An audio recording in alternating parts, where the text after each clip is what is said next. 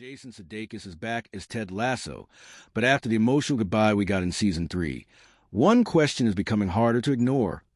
Was Ted Lasso actually supposed to come back? Because when Season 3 ended in 2023, it genuinely felt like goodbye. Ted returned to Kansas to be closer to his son Henry. He left AFC Richmond, leaving behind the people in the football club that had completely changed his life. And Jason Sudeikis himself had described Season 3 as the end of the story they wanted to tell.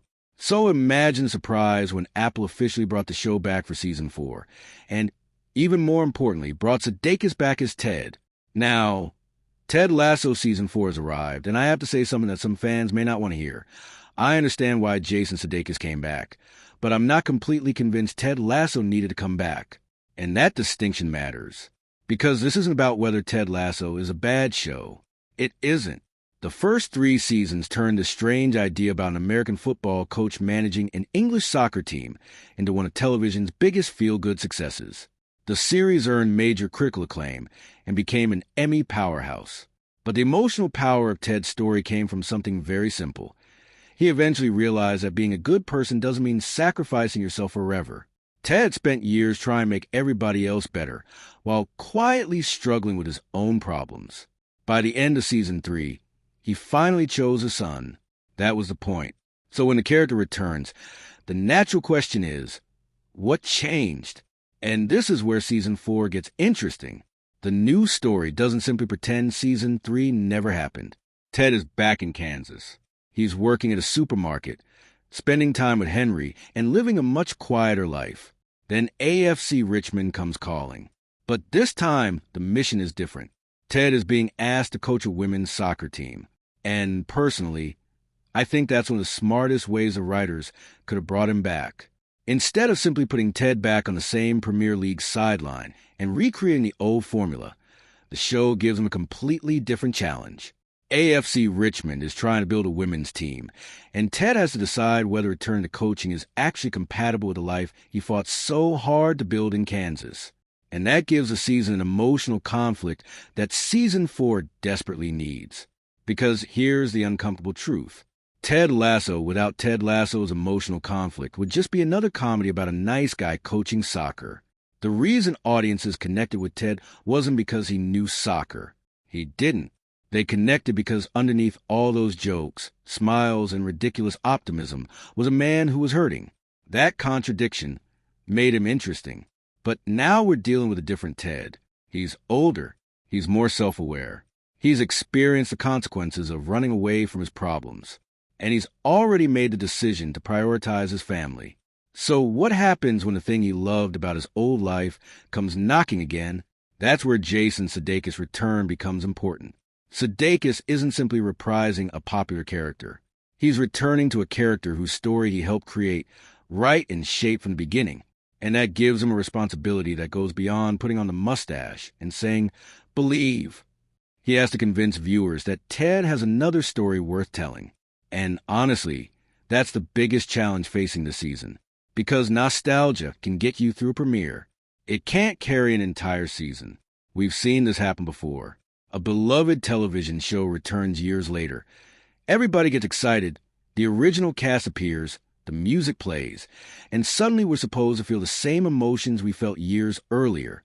But audiences aren't stupid.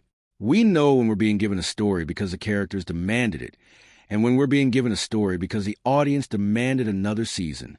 And that's why I'm calling this the joyless return of Ted Lasso. Not because the show has no joy. It obviously does. But because some of the joy that made the original series special is harder to recreate when the story has already reached a natural ending. The first Ted Lasso felt like a surprise. Nobody knew whether this bizarre American coach character could carry a television series. Then it became a phenomenon. Season 2 expanded the emotional world. Season 3 tried to bring the story home. And then Ted left. That goodbye meant something. Now the show has to convince us that goodbye wasn't actually goodbye, and that's a much harder sell. Still, I don't think Season 4 should automatically be dismissed. In fact, there are reasons to be optimistic. The women's team storyline gives the series new characters, new conflicts, and a different sporting environment. It also gives the show an opportunity to explore issues around women's football without simply recycling the old AFC Richmond formula. And Sudeikis has reportedly remained heavily involved behind the scenes, not just appearing as Ted, but working as a writer and executive producer. That's important, because if anybody understands why Ted Lasso worked in the first place, it's Sudeikis and the creative team surrounding him. But there's another reason his return feels complicated. Ted Lasso became bigger than Ted Lasso. Rebecca, Roy, Keely, Beard, Nate, Jamie, and the rest of the Richmond family became characters audiences care about independently of Ted. That means the show has to balance two competing expectations. Fans want Ted, but they also want the ensemble. And if the new season becomes too focused on recreating the Ted Lasso magic, it risks turning everyone else into supporting characters in a story that has already ended. That's the danger. The safest version of Season 4 would simply give us what worked before. Ted says something inspirational. Roy swears. Jamie says something ridiculous. Rebecca delivers a killer line. The team loses. Ted teaches everyone a life lesson. Everybody hugs. Roll credits. But that's also the version I at least want to see. Because Ted Lasso doesn't need to prove that it can make us feel good. We've already seen that. What it needs to prove is that there's something new to say. And that's why I'm actually more interested in Ted's personal decision than whether the new team wins football matches. Does Ted really want to coach again? Or does he miss the person he was when he coached Richmond? Those are two very different things. Maybe Ted isn't returning because he needs Richmond. Maybe Richmond needs Ted. And perhaps that's the emotional question this entire comeback should revolve around. Because Ted spent 3 seasons teaching everyone else how to believe. Now, he has to figure out what he believes in. And that could make Season 4 worthwhile.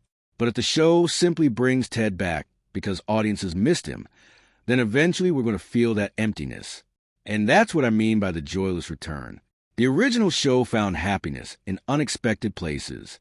The new season has to find a reason to exist.